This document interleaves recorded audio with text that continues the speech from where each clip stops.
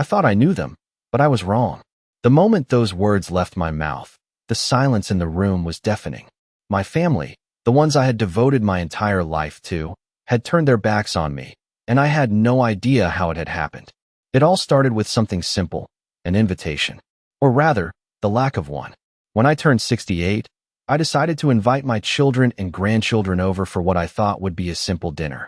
I wanted to celebrate our family, to gather together in the home I had kept spotless for years. I spent hours cooking, making their favorite dishes, setting the table with the finest china, the one my late husband had bought for us years ago. The house smelled of roasted chicken and fresh herbs, the sweet scent of chocolate cake filling the air. I expected them to walk through the door with smiles, maybe a hug or two. But as the hours passed, the silence in my home grew heavier. I waited, checking the clock every few minutes, expecting someone to show up. But no one did. At 6:30, I texted my son, Peter. No response. I tried calling my daughter, Emily. Straight to voicemail. By 8 o'clock, I knew they weren't coming. I sat there at the head of the table, the candles I'd lit burning down, the roast I'd spent hours preparing now cold. It felt like my whole life had led up to this moment, this crushing reality that I had been forgotten, that I no longer mattered to them. It wasn't until I checked Facebook that the full weight of it hit me. There, in front of my eyes, was a picture of my son Peter, my daughter Emily, and all my grandchildren, grinning from ear to ear. They were all on a vacation together, a trip I wasn't invited to. A caption under the photo read, "Living our best life in the Bahamas. So thankful for this amazing family getaway." My heart sank. The pain cut deeper than I expected. It wasn't just that they hadn't come to dinner. It was that they had planned this entire vacation without me, without even a thought of inviting me along. I was supposed to be part of their lives, their family, but it seemed I was nothing more than an afterthought, someone they had grown tired of. I sat there, staring at my phone, the picture of their happiness mocking me. They had all left me behind. I shouldn't have been surprised, not really. Over the past few months, I'd noticed the distance growing between us. Peter had stopped calling as often, and when he did, the conversations felt more like obligations than anything else. Emily, once so loving and kind, now barely acknowledged me when she came over. I had become a nuisance to them, an inconvenience. And I had let it happen. I had allowed them to push me aside, to make me feel small and unimportant in my own family. The worst part was, I didn't know why. What had I done to deserve this? Had I been too much? Too needy? Too old? I couldn't stop asking myself that question. And just when I thought it couldn't get worse, I received a phone call the next day that shattered whatever was left of my heart. It was from my lawyer, Tom. He called to let me know that my late husband's will had been updated. I had been named as the primary beneficiary of everything he had left behind, but there was one clause in the will that had been changed. A clause that had once guaranteed that I would always have a place in this family, no matter what. That clause had been removed. The new will stated that if I ever felt unwanted by the family, if I was ever treated like a burden, I would lose my inheritance. Suddenly, it all clicked. This wasn't just about a forgotten dinner or a missed vacation. This was about control. My family didn't want me anymore, and my husband's will was the last thing keeping me tied to them. But I wasn't going to let them get away with it. Not without a fight. The next morning, I sat in the kitchen, my hands trembling as I sipped my coffee. The house felt emptier than usual. The quiet had always been comforting, but now it felt suffocating. I glanced at the calendar on the wall. The day was marked with the familiar reminder of family dinner night. It had always been a tradition, a night when we gathered together, no matter how busy our lives got. But now, it seemed like a distant memory. I hadn't received a call or a text from anyone. Not since that fateful day when they had all decided I was no longer a part of their lives. It was hard to believe how quickly things had changed. I had spent the past years sacrificing everything for my family, giving up my own dreams and desires to support them, to make sure they were happy. And yet, when I needed them the most, they were nowhere to be found. I stood up and walked to the living room, my feet dragging as if the weight of the world was pressing down on me. I took a deep breath, trying to push aside the painful thoughts that threatened to consume me. But it was hard. Every corner of the house held a memory, a reminder of what I had lost. The kitchen table where we used to have long conversations over dinner, the couch where we'd sit together on quiet evenings, the photographs of our family that adorned the walls. All of it now felt like a lie. I had given them everything, and they had taken it all for granted. The betrayal stung deeper than I had expected. I thought I had prepared myself for the inevitable, but nothing could have prepared me for the coldness in their eyes, the indifference in their voices. It was as if I had never mattered to them at all. My son, Peter, had always been my pride and joy. I had watched him grow from a curious child to a successful man, and I had always supported him in everything he did. But now, he was the one who turned his back on me. The one who had sided with Jessica, his wife, in their plans to take everything from me. It was as if I no longer existed in their world. The will had been the final straw. When I had read the new version, it had felt like the floor had been ripped out from under me. My inheritance, everything I had expected to pass on to my children and grandchildren, had been stripped away. And what hurt even more was the realization that they had planned it all along. They had waited for me to become weak, to grow older, to become a burden, and then they had pounced, taking what they believed was rightfully theirs. I sat back down at the kitchen table, the weight of it all settling heavily in my chest. I had spent years taking care of them, putting their needs ahead of my own, and now they had cast me aside like I was nothing. I had always been strong, independent, but now I was faced with a reality where I no longer had a place in their world. And as much as I wanted to fight, to scream, to make them see how much they had hurt me, I knew that it was time for a change. I wasn't going to be their doormat any longer. I had spent enough years being used and neglected. It was time to take control of my life, to make my own decisions, and to stop letting them dictate my worth. I stood up, my resolve hardening. I was done being the person they took for granted. I was done being invisible. The first step was simple. I needed to find out exactly what my options were, what rights I had, and what I could do to protect myself. I wasn't going to let them get away with this. I wasn't going to let them take everything from me. And as I walked to the phone to make the first call, I knew that this was only the beginning. There was much more to come. The tables were about to turn, and I was going to make sure that I came out on top. I spent the next few days making calls, gathering information, and learning about my rights. The more I discovered, the more I realized just how much power I still had. I wasn't helpless. I wasn't without options. And I certainly wasn't going to let my family control the rest of my life. The lawyer I reached out to was kind, professional, and understanding. After explaining my situation, he told me something that made my heart race with both relief and determination. The will you were shown isn't the full story, he said. There's more. You need to come in and see it for yourself. I was floored. How could they have hidden something like that from me?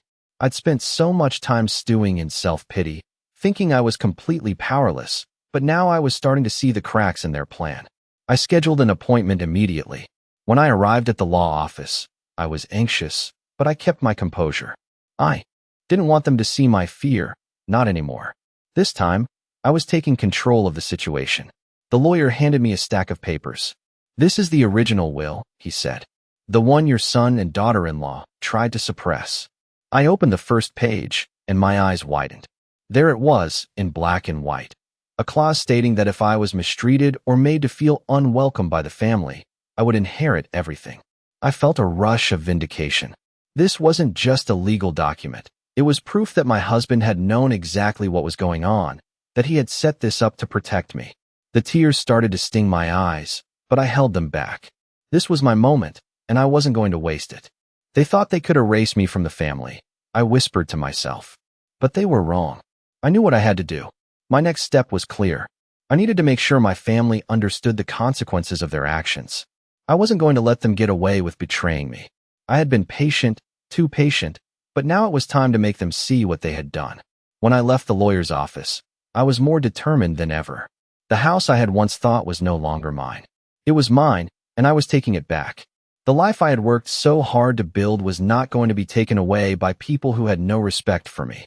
I felt a fire inside me that I hadn't felt in years. The next move was mine, and I was going to make sure it was a big one. The first thing I did when I got home was call the bank. I needed to make sure that everything was in order, that no one had taken control of the assets my husband had worked so hard to accumulate. I wasn't going to let anyone steal what was rightfully mine. The bank was able to confirm that the assets were still under my name, but I had to act fast. I couldn't let them have any more time to manipulate the system. As I sat at the kitchen table, making my plans, I could almost hear their voices in my head. You don't belong here, they had said. You're just an old woman, a burden. But now I knew better. They had underestimated me. They had underestimated the power I held, the strength I still had. I wasn't just the matriarch of the family. I was the one who had the last word. And I wasn't going to let them forget it. My phone rang, and it was Ryan. I knew he was calling to check in, probably to see if I had made any moves yet. I wasn't ready to confront him directly. Not yet. "Hi, Mom," he said, his voice smooth, too smooth. "How's everything going? Are you doing okay?" "I'm fine, Ryan," I said, my voice calm, controlled. "But we need to talk." He hesitated for a moment, and I could almost hear him squirming on the other end of the line. "About what?" he asked, trying to sound casual. "About everything," I replied. "About the house. About your father's will. About what's rightfully mine." The line went silent for a few seconds, and I could feel his unease. But I didn't let it affect me. I wasn't going to be intimidated anymore. "I've got some things to take care of," I said, "but we'll talk soon." And with that, I hung up. As I looked out the window at the quiet neighborhood, I felt a sense of peace wash over me. I wasn't alone. I had a plan, and I wasn't going to let anyone take what was mine. The following days felt like a blur. I was busy making arrangements, tying up loose ends, and preparing for what I knew was coming. The weight of it all hung over me, but there was a newfound strength within me that I hadn't felt in years. I was done being their punching bag. The feeling of betrayal was still fresh, like a wound that refused to heal, but I wasn't going to let it consume me. The first step was to put my plan into motion. I spent hours going through every document I could find: old bills, bank statements, tax records, anything that might give me leverage. As I sifted through the pile of papers, I realized just how much I had been kept in the dark about. The house, the accounts, the assets. All of it was intertwined in ways I hadn't fully understood. I felt foolish for not looking into it sooner. My son, Ryan, and his wife, Jessica, had done their best to make sure I remained in the dark about the details. But now I knew better. The truth was right in front of me, and I wasn't going to let it slip away. I scheduled another meeting with my lawyer. When I arrived, he was waiting for me with a thick folder full of information. "I've reviewed everything," he said, sliding the folder across the table. "You have a solid case, Dorothy. It's time to take action." I nodded, feeling the adrenaline surge through me. "What do we do next?" I asked. "First, we need to contact the bank," he said. "We'll freeze the accounts that have been tampered with and make sure no one can access the funds without your permission. Then, we'll start the process of transferring the properties into your name. We'll also need to draft a new will, one that reflects your true intentions." I couldn't believe it. For so long, I had felt powerless, like I had no control over my own life. But now, I was taking back what was mine. It was an exhilarating feeling, one I hadn't felt in years. Over the next few days, I worked with my lawyer to implement the plan. The process was slow and tedious, but I didn't mind. I was used to hard work. As I watched the changes unfold, I couldn't help but think about my family. Ryan, my son, had always been so respectful, so kind. At least that's how it had seemed. But now, I saw him for what he truly was. A man who had no problem betraying his own mother for money. Jessica, too. The woman I had welcomed into my home with open arms. The woman who had turned my son against me. They had made their move, thinking they could push me aside and take everything. But they had underestimated me. I wasn't going to let them get away with it. I spent that week doing things I never thought I'd have to do. I called the movers, made arrangements for a new place to live, and started to pack up my things. It felt strange, leaving the house that I had spent so many years in, the house that held so many memories. But it was also liberating. I wasn't leaving because I was forced to. I was leaving because I had a choice. I wasn't just a victim anymore. I was taking control of my own destiny. On the day I moved out, I couldn't help but feel a sense of closure. As I drove away from the house, I looked in the rearview mirror and saw it shrink in the distance. It was the end of one chapter and the beginning of another. The next phase of my life was in my hands now. I didn't know exactly what the future held, but I knew one thing for sure. I wasn't going to let anyone take what was rightfully mine again. The betrayal hurt, but it had also opened my eyes.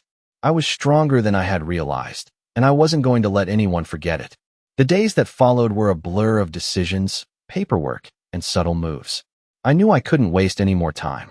The life I had built for so long had crumbled, but now I was rebuilding, piece by piece.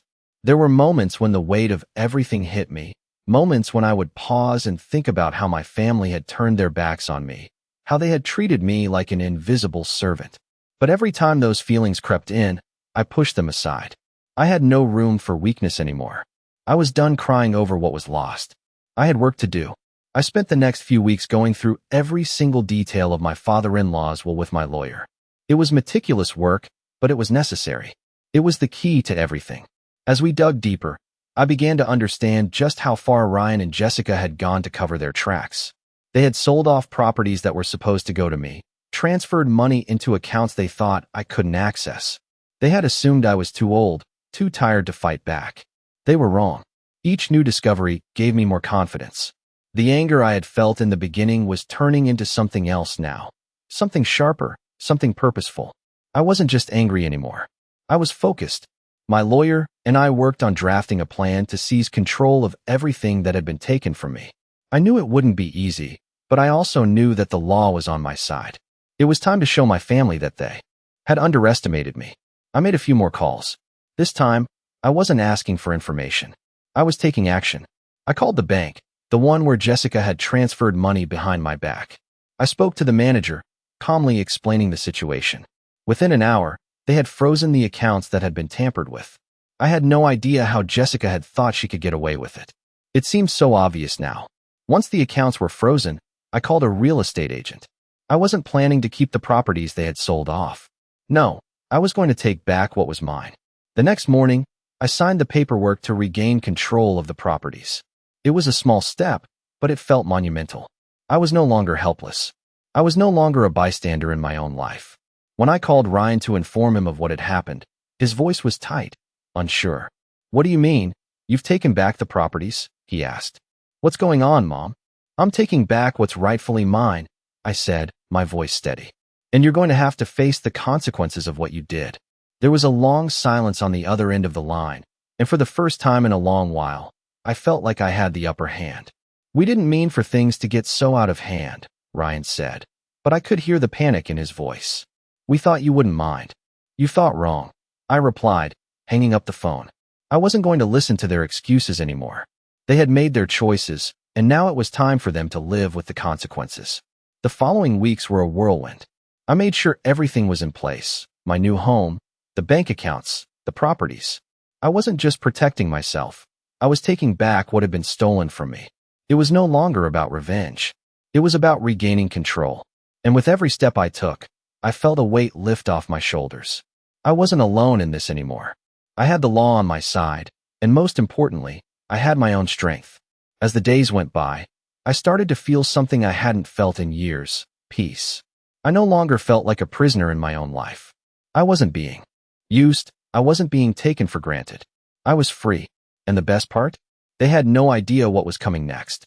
The days following the phone call with Ryan were a blur of activity. I could feel the power shifting, the tables slowly turning in my favor. For the first time in a long while, I woke up with a sense of purpose, not weighed down by the constant burden of neglect, but driven by the need to reclaim what was rightfully mine. I had spent too long allowing them to dictate my life, to make me feel invisible. But that had changed. Every step I took brought me closer to the peace I had been yearning for. I moved into my new place, a modest home on the outskirts of town, far from the house I had spent so many years in. It was small, but it was mine. And that made all the difference. I didn't need much. The simple act of having control over my own space was enough to make me feel whole again. The first night I spent in my new home, I sat on the couch, looking out the window at the quiet neighborhood. The stars were brighter here, away from the city's lights. It was peaceful, almost too peaceful. For a moment, I allowed myself to take it all in, to appreciate the silence that wasn't filled with judgment or unspoken demands. But the peace didn't last long. The phone rang the next morning. It was Jessica. I had been expecting this. The calm before the storm. "We need to talk," she said, her voice strained. "About what?" I asked, keeping my tone neutral.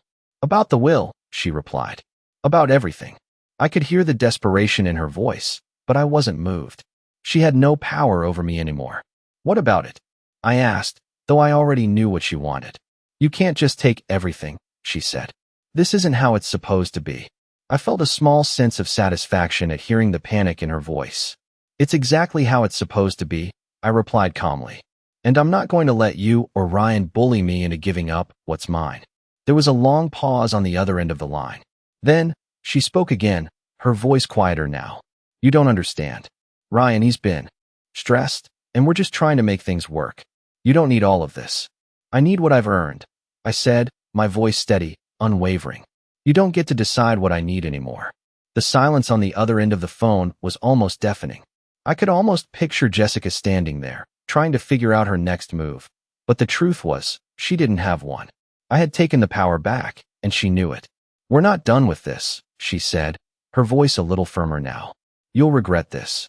I don't think so, I replied.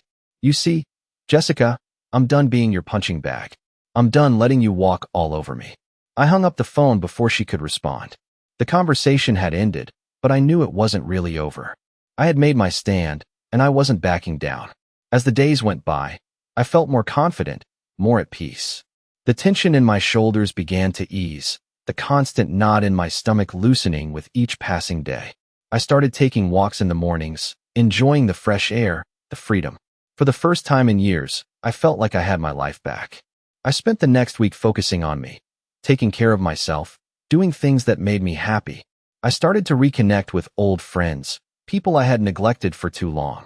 I joined a book club and even signed up for painting classes. It wasn't about revenge anymore. It was about building the life I had always wanted, one step at a time. But despite the peace I felt, there was still the looming threat of what Ryan and Jessica might do next. They wouldn't give up without a fight. And as much as I wanted to ignore them, I knew I had to be prepared. I wasn't going to let them destroy everything my husband had worked for, everything I had worked for. The battle wasn't over, not yet. But this time I was ready. I had everything I needed, my strength, my independence, and the law on my side. They had underestimated me before, but they wouldn't make that mistake again. The following week, the storm began. It wasn't loud at first. It was subtle, whispers behind closed doors, sly looks, the occasional comment. But I could feel the tension in the air, thick and palpable. Ryan and Jessica hadn't given up, and they were clearly plotting. I had known this was coming. I had seen the signs in their eyes, the way they treated me like an outsider in my own home. They thought they could push me out of everything I had worked for, but they underestimated how far I was willing to go. One evening, the doorbell rang. I wasn't expecting anyone, so I felt a knot of unease tighten in my stomach. When I opened the door, I was surprised to see Ryan standing there, looking uncharacteristically tense. Mom, we need to talk, he said, his voice serious, though there was something in his eyes that I couldn't quite read. I stepped back, allowing him to come inside. What is it? I asked, trying to remain calm, but there was a rising sense of dread creeping up my spine. He hesitated before speaking, glancing around as if unsure of how to start. We know what you're doing, he said, finally meeting my eyes. We know you've been making moves behind our backs, and we're not going to let you take everything. His words were heavy, but I refused to let them shake me. I'm not taking anything that's not mine, I replied firmly. And you should have known better than to think you could take what belongs to me. Ryan's face reddened, and for a moment, I could see the frustration building inside him. But then it quickly shifted to anger, and he stood straighter, as if preparing for a confrontation. You don't understand, he snapped. We were trying to make sure you were taken care of, but you're making this so much harder than it has to be. You're going to ruin everything. I stood my ground, unshaken. You didn't care about taking care of me when you were selling off my inheritance, Ryan. Don't pretend that this is about me. This is about you and Jessica wanting to take control of everything. Ryan was silent for a moment, his jaw clenching. I could tell he was trying to find the right words, but they didn't come. He had no argument that could change what I had already learned, and he knew it. You're making a mistake, he said quietly, almost pleading. You're going to regret this. I shook my head slowly. No, Ryan. I won't. I'm doing what's right. For me, for your father's legacy, for everything he worked for. You and Jessica can't just take it all.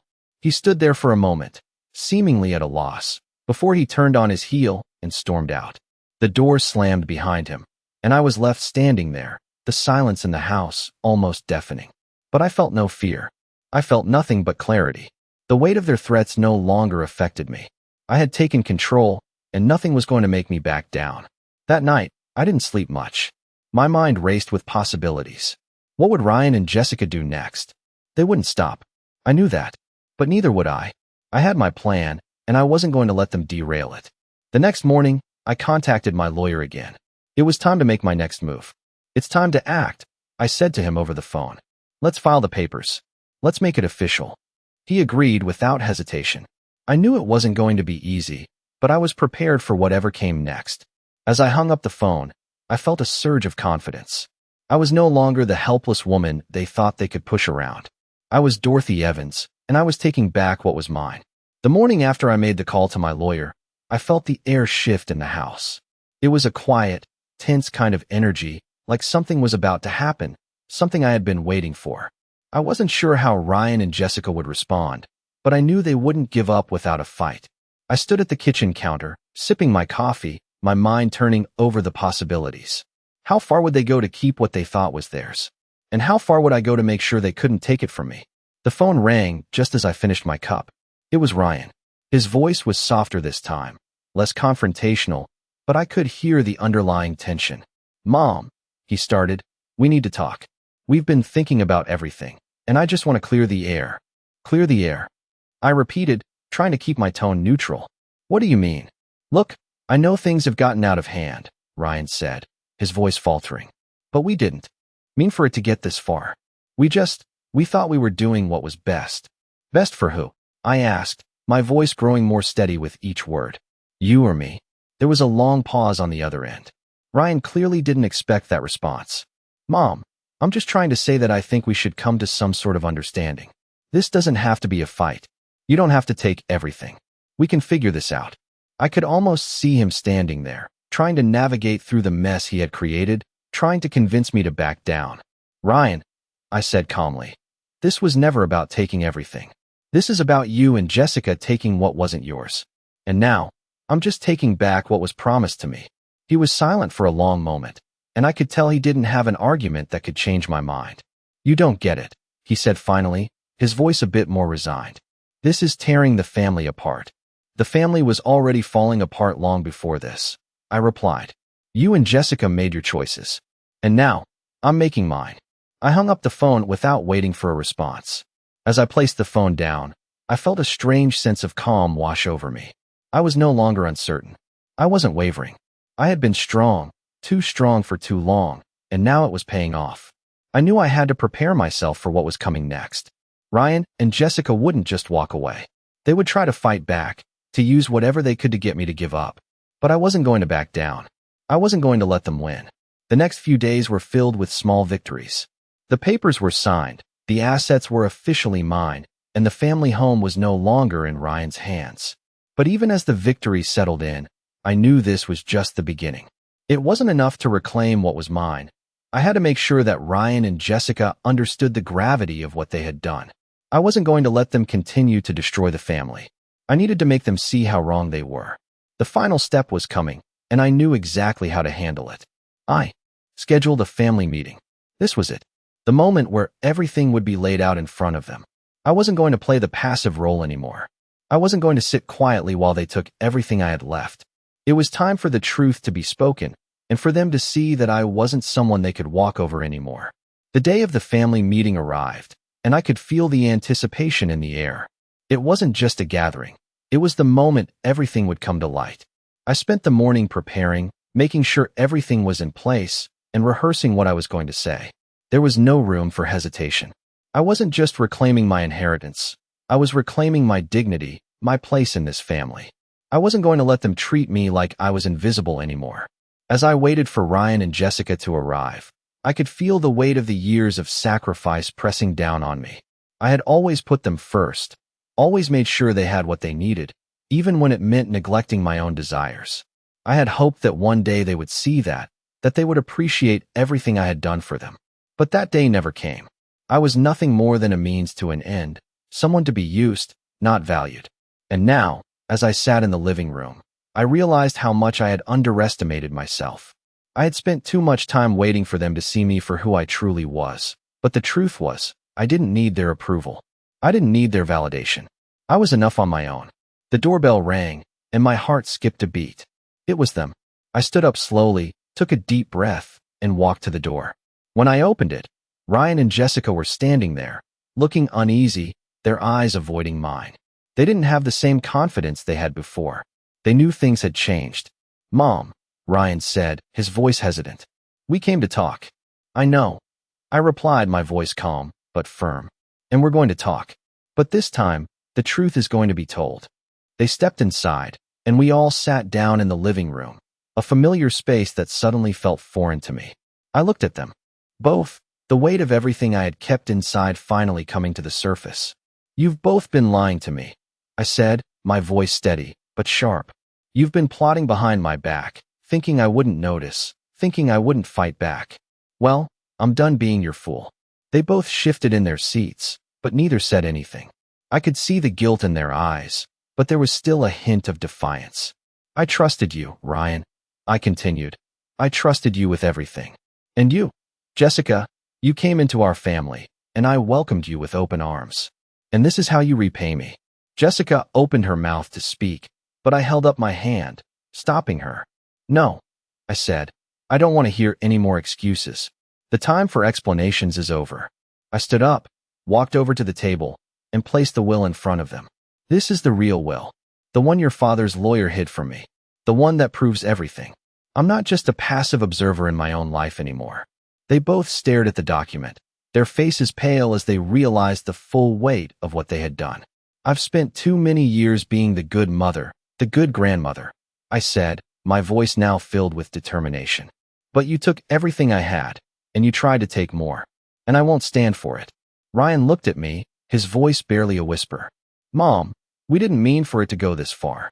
"But it did," I replied, my voice colder than I intended. "And now you're going to have to deal with the consequences." They both looked at each other, but there was nothing left to say.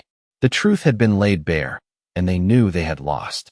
As I sat back down, I felt a weight lift from my shoulders. I had said everything I needed to say. The power had shifted, and it wasn't in their hands anymore. Ryan and Jessica didn't speak for a long while.